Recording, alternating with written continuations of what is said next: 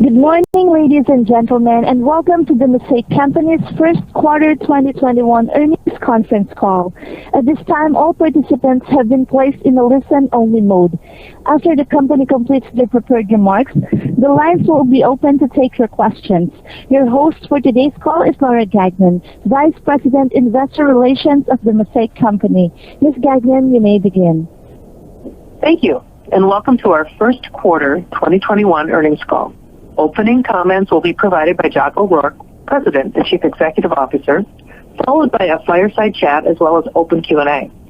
Clint Freeland, Senior Vice President and Chief Financial Officer, and Jenny Wang, Vice President, Global Strategic Marketing, and other members of the leadership team will also be available to answer your questions. We will be making forward-looking statements during this conference call. The statements include, but are not limited to, statements about future financial and operating results.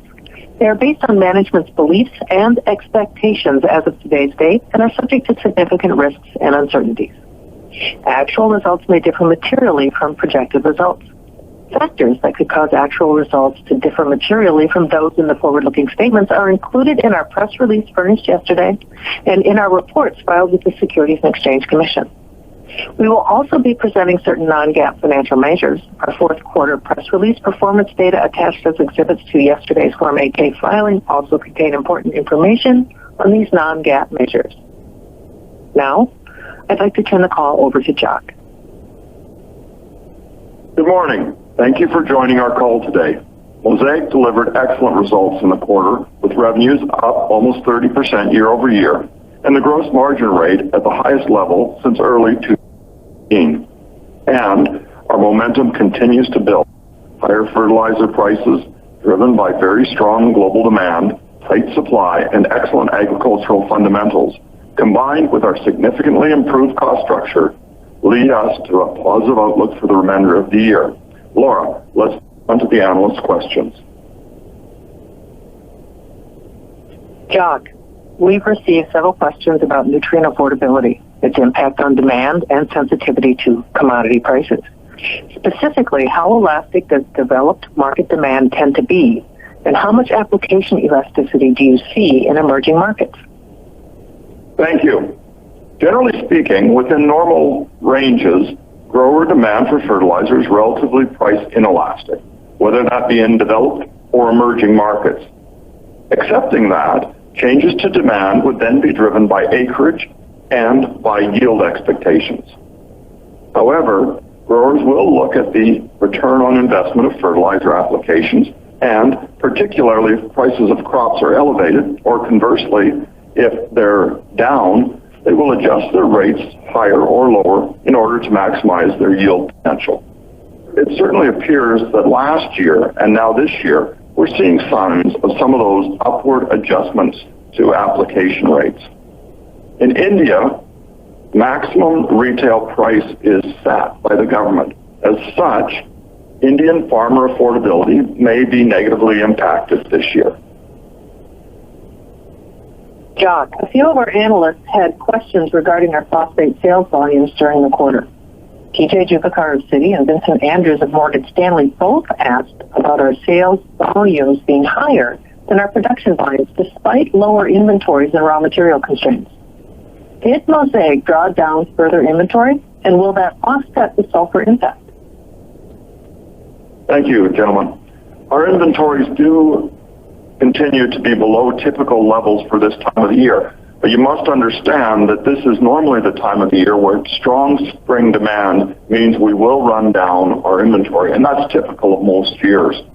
At the end of the quarter, we certainly had lower than normal inventories.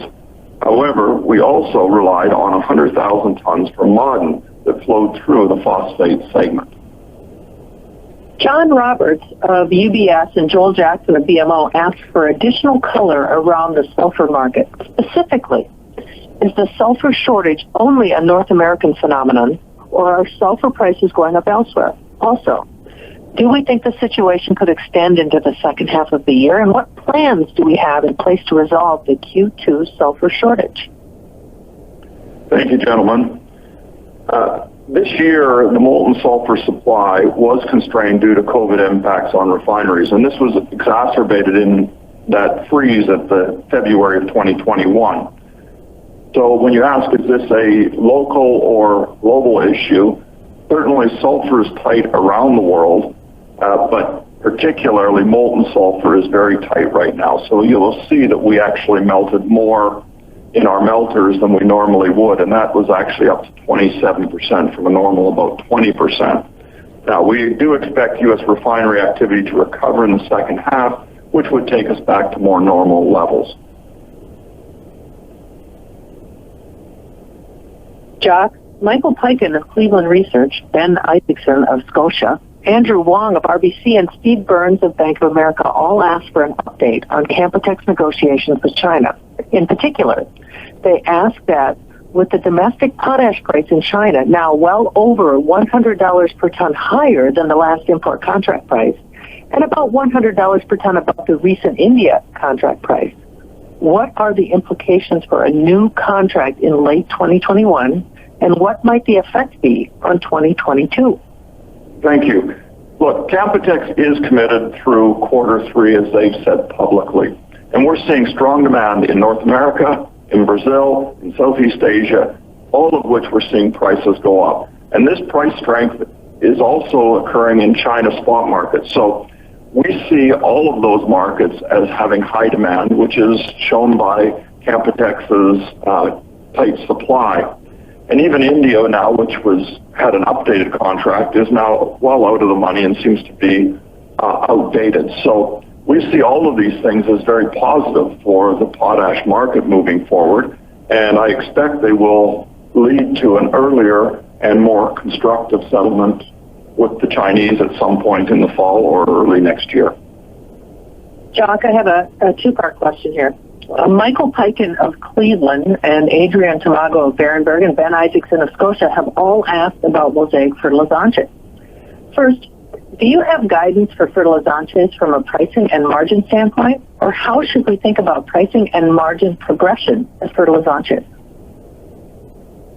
Thank you. While we don't give specific guidance for Mosaic fertilizantes, we have said that of the pricing sensitivity we provide in our earnings materials, or DAP, about 20% of that enterprise impact occurs in Mosaic fertilizantes.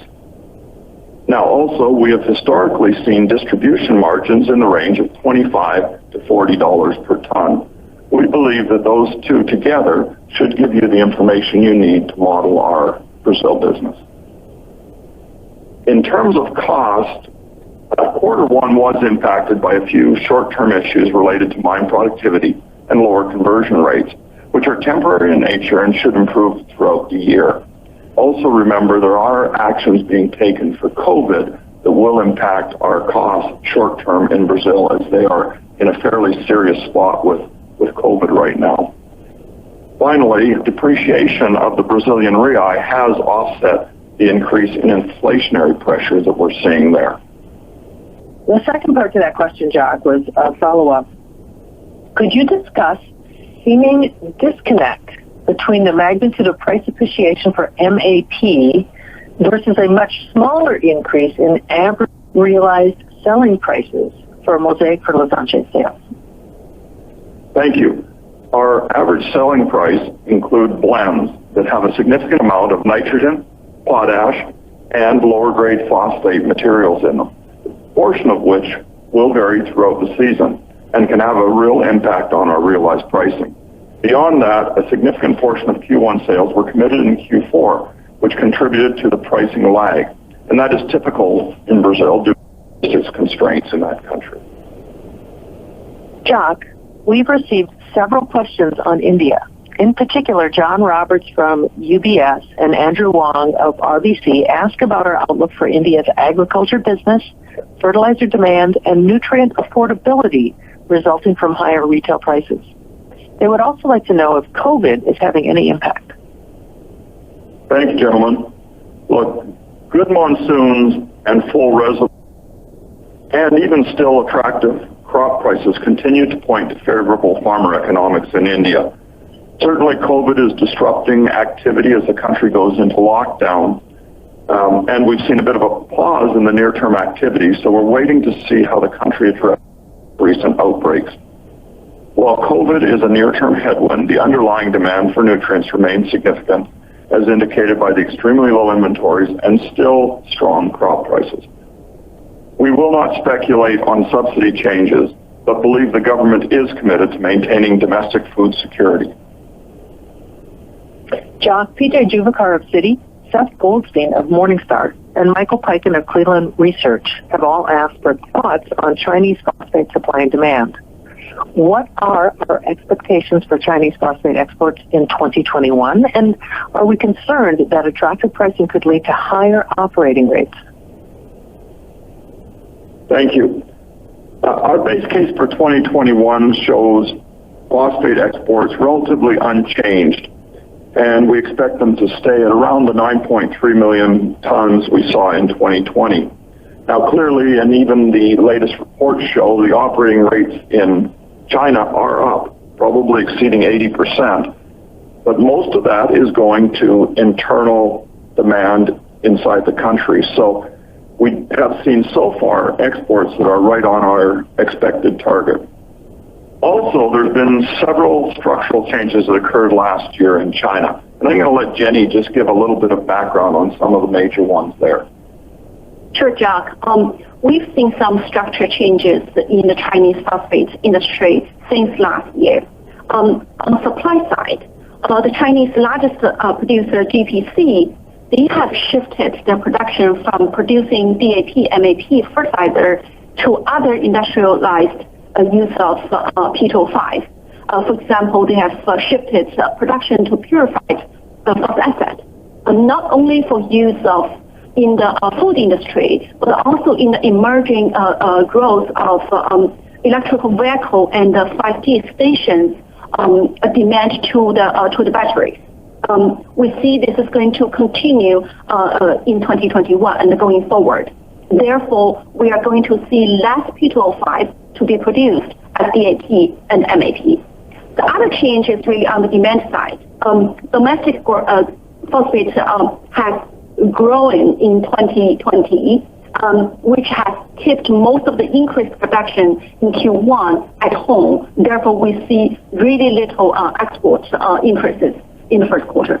Over to you, Jock. Jock, following on this topic, John Roberts and Ben Isaacson both ask about the marginal cost phosphate producer. Specifically, have costs for marginal producers tracked with phosphate pricing? Thank you. Price increases for the integrated producers have largely outpaced production cost increases, including those in China, to the point that most Chinese producers there are experiencing good margins despite higher raw material costs. So now the marginal cost producers are predominantly the non-integrated producers in India, and particularly those that are reliant on imported phosphoric acid. Their DAP production costs at the new Q2 phosphoric acid contract price of $998 per ton is about $615 per ton, or about $50 per ton higher than the Indian imported DAP price. Jock, we have two questions on our global distribution businesses. First, Mark Connolly from Stephens asks, what a good across-the-cycle margin assumption for distribution is now, given our operational improvements and growth? Thank you, Mark.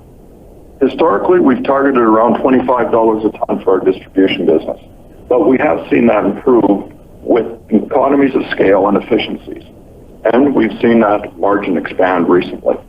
Scale matters, and this has led to this quarter's margin of $40 a ton, and even higher for our combined business in India and China.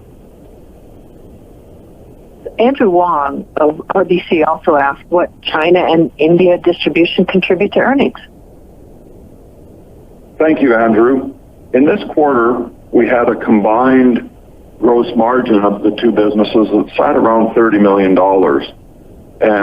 But we have to understand that that margin was enhanced by the upward trajectory of phosphate and potash, which allowed for profit from the inventory that was held by those businesses.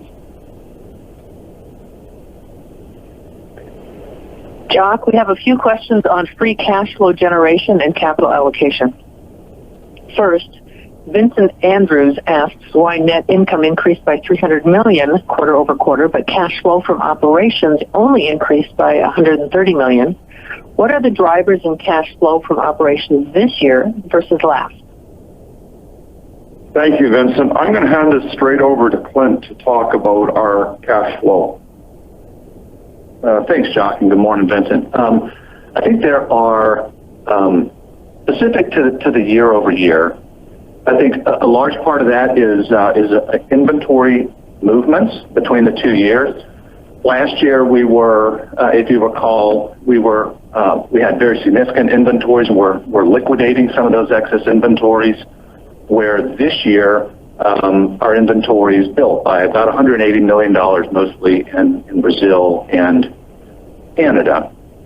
So I think a year-over-year comparison, that's what's driving a lot of it. But also recall that every year during the first quarter, there are some pretty meaningful accruals that are actually paid out in the first quarter. Those accruals primarily being some tax accruals from the previous year that actually pay out and hit our free cash flow in the first quarter of every year, as well as our short-term incentive accruals that, again, were accrued the previous year but paid out in the first quarter of every year. So that's just something to keep in mind, that are recurring things in the first quarter each year.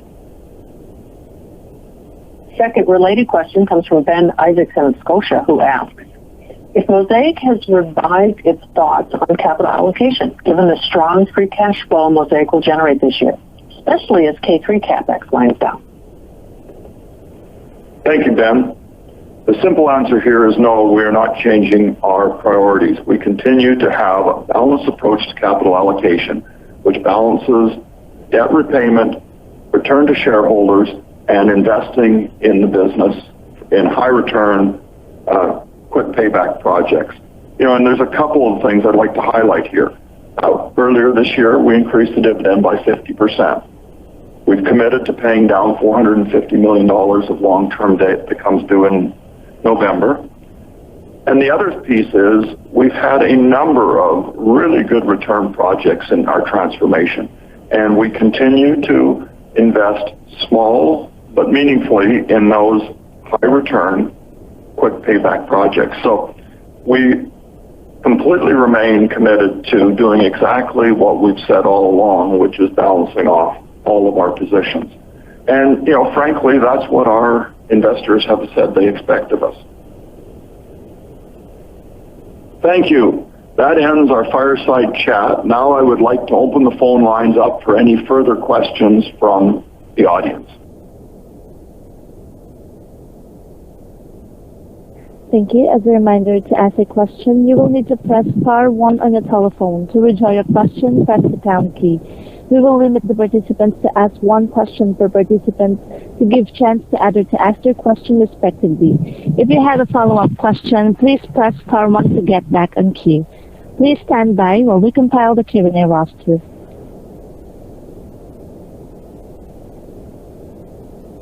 Your first question comes from the line of Steve Byrne from Bank of America. Your line is now open. You may ask your question. You have reportedly some forward sales into the third quarter of MAP and DAP at prices with a 5 in the front. It seems like a fairly lofty price, but I have no idea whether the volume is really light. Can you comment on how much forward sales you have into third quarter right now, and maybe compare that to historical levels? Are you seeing the distribution channel more interested in building inventories even at these prices than normal, or are the high prices causing kind of a pullback and a wait-and-see approach?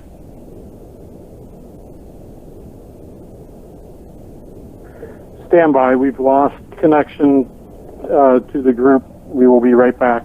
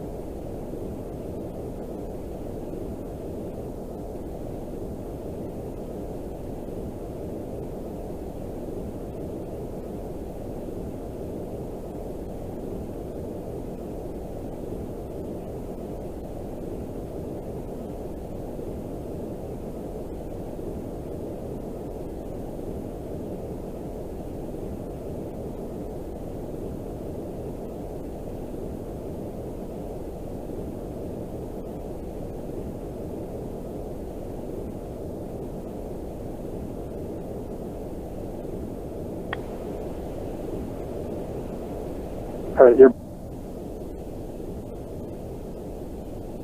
Hello, operator. Are we back?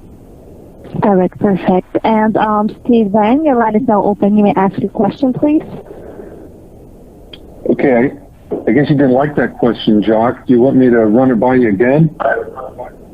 I would love you to. I think I got 2 words into it, so it wasn't anything about your question. We love your questions. Okay. It's really about your forward order book. There's some reported sales of phosphate, both MAP and DAP, in mid-500s, a short ton into the third quarter.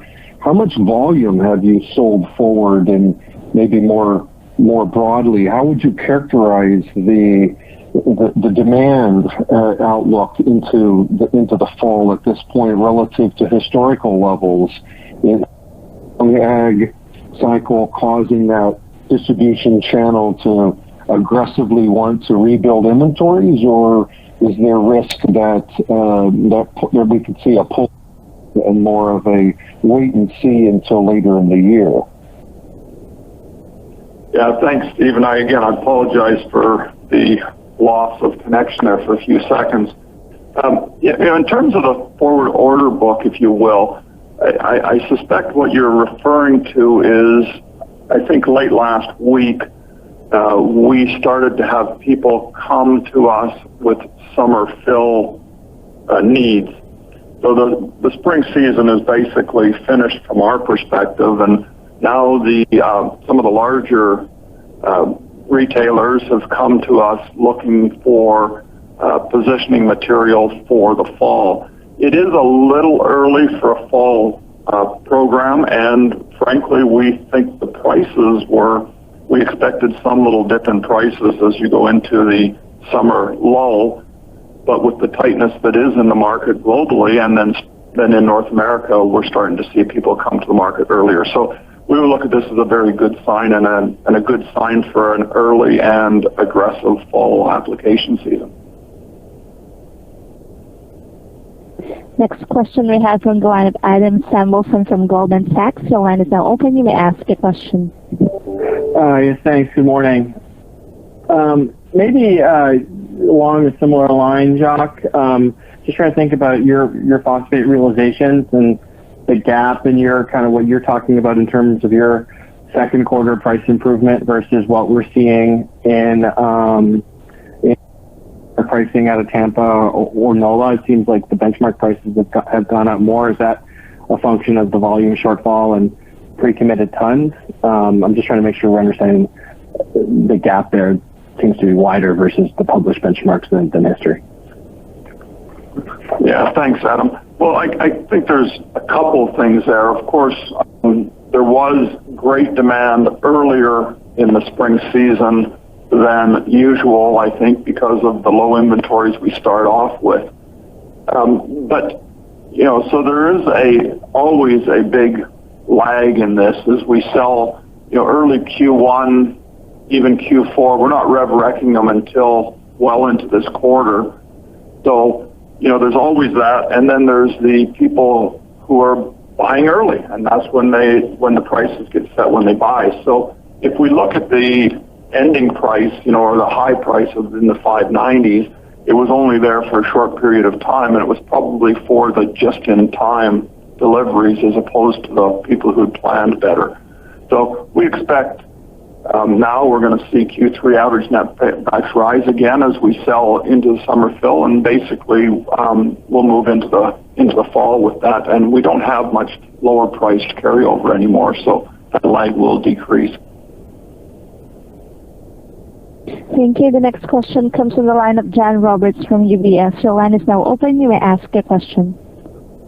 Thank you. It sounds like you're not thinking about any big investments, but since conditions are improving, when that time comes, do you think it'll first be in potash, or first in phosphate, or in distribution acquisition, or maybe further back integration into ammonia? Where do you think the big opportunity comes from? Yeah, thanks.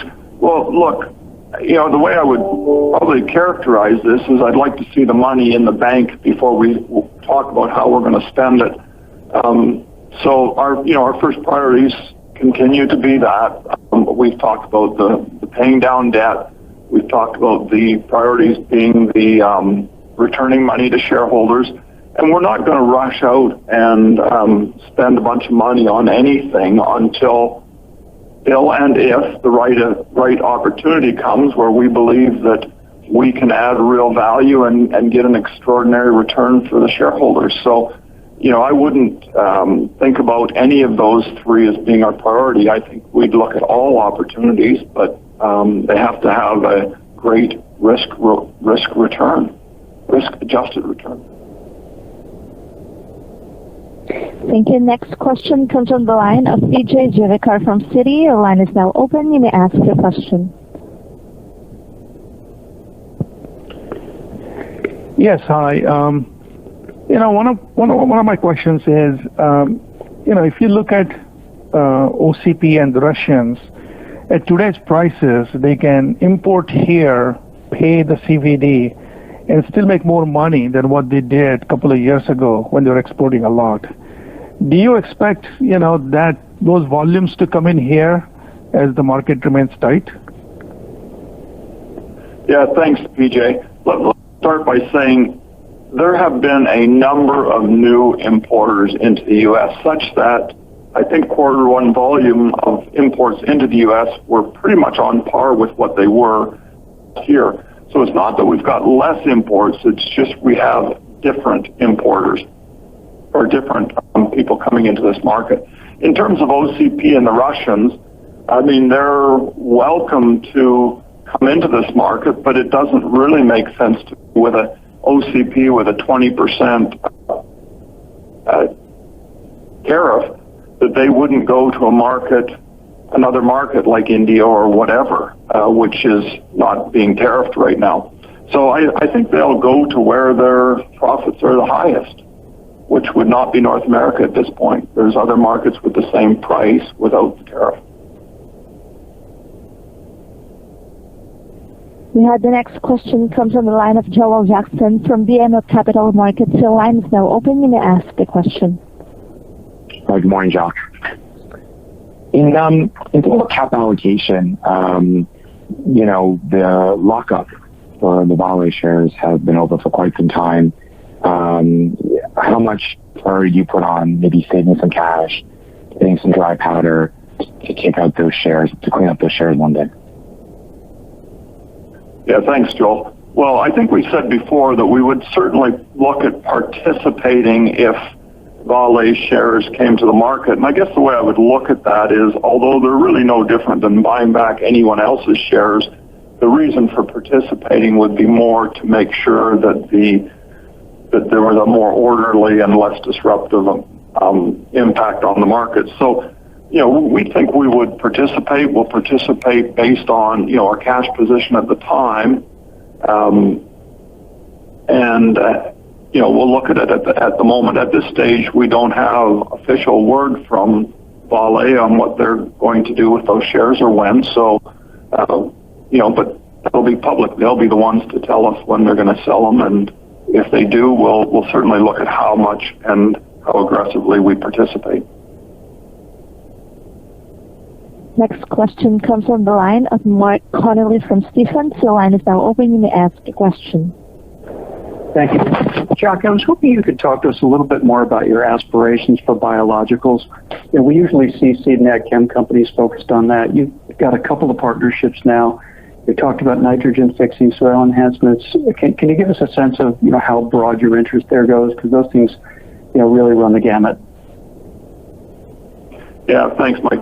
Well, look, what we're looking at with that is how do we, extend our product lines? How do we use our beneficial distribution system? We've got a big distribution system, for instance, in Brazil, where we can really help these products get to market. But I would say, look, it's early days. We are making some, small but well thought out investments, and what we're doing right now is trying to fill a pipeline, and that pipeline will be filled over time. And if you think about it, no different than the micro essentials, which took years to develop. These will take years to develop. I think Anubia's, our Sostera product is now just going to market. We would expect our Sound products to go to market in the next, I guess, year or two. And then our AgBiome would go to market probably in the year after that. So, these are long-term, small investments that are, likely to do well over time, but we have to get into it first. Thank you. Thank you. Again, as a reminder, to ask a question, you will need to press star then the number 1 on the telephone keypad. To withdraw your question, press the pound key. Next question comes from the line of Adrian Tamagno from Berenberg. Your line is now open. You may ask your question. Hello, good morning. Question on the phosphate division, please. Can you comment on expected evolution of utilization rates of U.S. phosphate assets going forward? Thank you. Sorry, I missed. Utilization rate, did you say, of phosphate? Yeah, look, the U.S. is a relatively stable, mature market.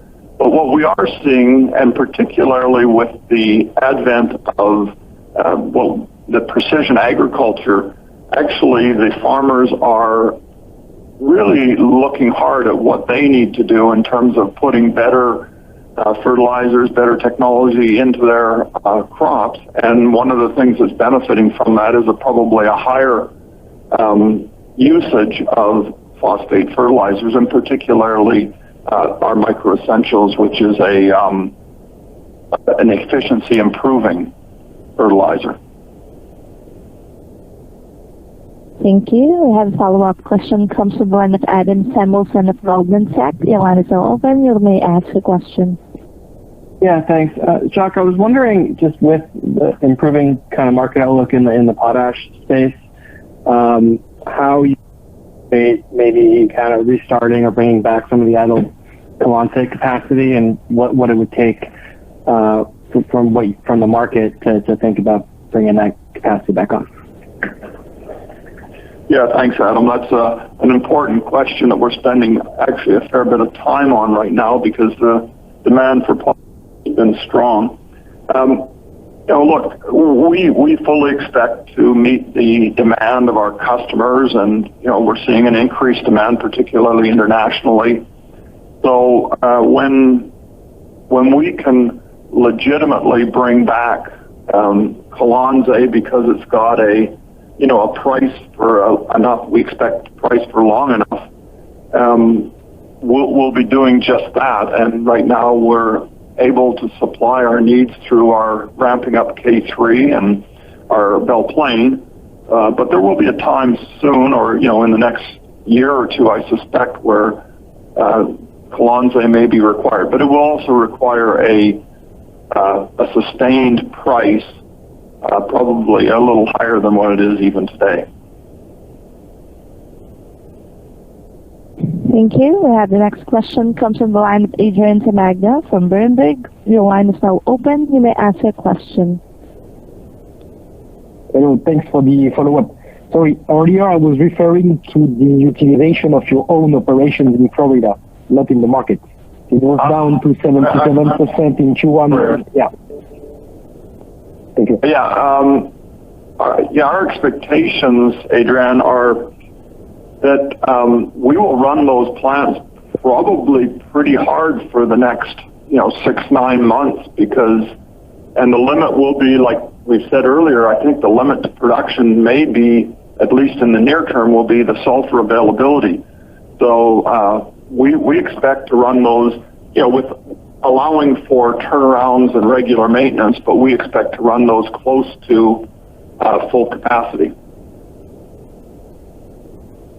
Thank you.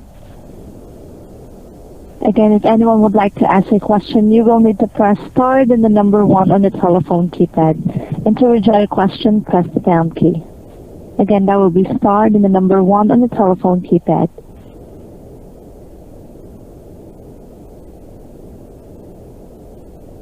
Next question comes from the line of Jeff Zekauskas from JP Morgan. Your line is now open. You may ask your question.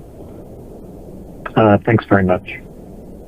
Given your sulfur shortages, you said that your second quarter tons would be about equal to your production. What's your current level of production?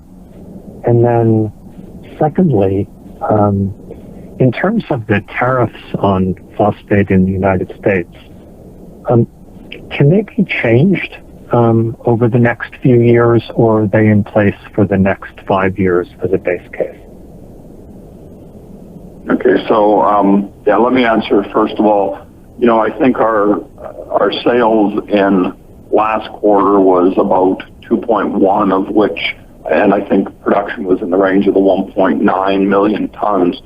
I think what we can be looking at in the second quarter probably is slightly down from that. We may drop into inventory slightly, but I would have expected that same range in that 2 million ton mark would be probably about where our production will be, accepting what we're predicting for sulfur limitations.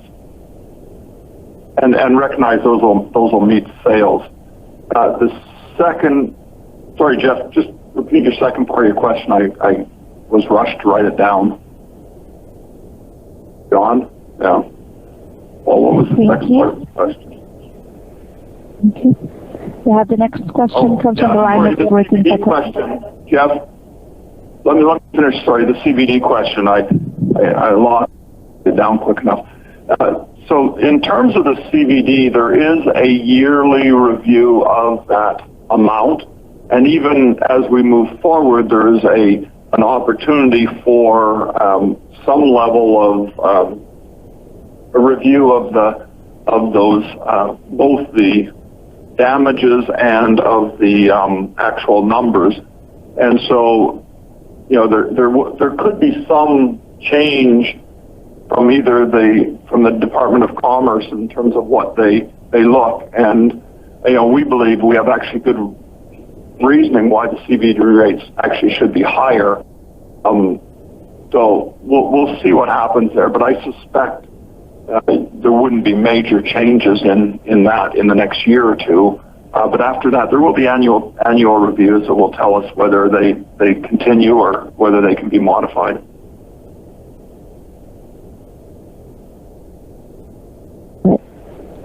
Thank you. And we had the last question comes from the line of Rikin Patel from Exane. Your line is now open. You may ask a question. Well, good morning, and thanks for taking my question. Just one on potash. With your upgraded shipment guidance for 69 to 71 million tons, I'm just curious what sort of puts and takes are required to get you to that 71 million on the upper end. And then maybe just more broadly speaking, on the phosphate business, given ammonia is a key input over there, longer term, I'm just curious how you think about decarbonising the production process, and any thoughts around green ammonia and how that might factor into your thinking going forward. Thanks. Okay, thanks, Reagan. Well, let me start with our potash. If we look at the expectations on potash this year, I'd start by saying the North American demand appears to be very strong, and that's one of the gain areas. Brazil will be strong. Again, we're expecting record use of fertilizer in Brazil, just seems year after year. We're seeing a big rebound, let's call it, in Southeast Asia, particularly Indonesia, Malaysia with their palm oil, but all the way across Southeast Asia, all the way across Asia, we're seeing good demand. And again, probably the only place where it'll be flat year on year is probably going to be India. And although we expect a decrease in phosphate use, we sort of expect use in potash. So overall, those would be the drivers. And if those do better, we could get up to the 71. Otherwise, we'll probably be more in that 69 to 70 range is kind of our base case. In terms of decarbonization, if you will, we've set some fairly aggressive ESG targets. We've said we would reduce our greenhouse gases by about 20%. Our decrease our greenhouse gases by 20%. A lot of what we're doing there involves how we're running our phosphate businesses. You know, we put a lot of effort and resources into to how we can use recycled heat to make power. And over time, we see that along with just other uses to use less power, etc. In terms of the nitrogen, you know, I guess a couple of the nitrogen producers are talking about green and blue nitrogen. You know, at this stage, those really haven't got to the market yet. You know, I would assume that if we can buy a lower carbon intensity nitrogen for our usage, ammonia for our uses, we would certainly go that direction. Thank you. We don't have any question as of the moment from the queue. Please, presenters. Yeah, so thank you, everyone. Yes, we're going to give you back a little bit of time. Let me just close by saying, you know, what we're seeing today is the culmination of all the effort we've put into for a long time, and now that these markets have started to move forward, we're starting to really reap that benefit, and we see that strength going well into the second quarter and through the rest of this year. So with that, have a safe and productive day, and thank you very much for listening. Thank you. This concludes today's conference call. Thank you all for participating. You may now disconnect.